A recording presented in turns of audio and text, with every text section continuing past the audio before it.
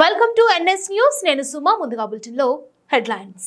నూతనంగా ఏర్పడిన doctor BR Ambedkar Konaseema జిల్లా కేంద్రం అమలాపురంలో కోనసీమకే తలమానికంగా జిల్లా ప్రతిష్టను ఇనుమడింపజేసేలా నూతన బస్ కాంప్లెక్స్ టెర్మినల్ను విజయవాడ పండిట్ నెహ్రూ బస్టాండ్ మాదిరిగా అత్యాధునిక వసతులతో నిర్మించినట్లుగా రాష్ట్ర రవాణా శాఖ మంత్రులు పినిపే విశ్వరూప్ పేర్కొన్నారు. బుధవారం స్థానిక ఆర్టీసీ కాంప్లెక్స్ ప్రాంగణంలో సుమారు 45 లక్షల కోట్ల అంచనా వ్యయంతో ఆంధ్రప్రదేశ్ రోడ్డు రవాణా సంస్థ ఆధ్వర్యంలో నిర్మించనున్న అత్యాధునిక స్టేషన్ బస్ కాంప్లెక్స్ టెర్మినల్లకు రాష్ట్ర రవాణా శాఖ మంత్రివర్యులు APSRTC managing director CH Dwaraka Tirumalarao, zonal executive director K Gopinath రెడ్డిలు శంకుస్థాపన శిలాఫలకాన్ని ఆవిష్కరించి భూమి పూజ నిర్వహించారు.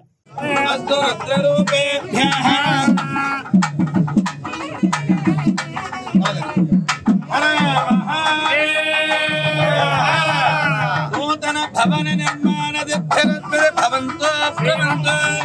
నూతన భవన నిర్మాణ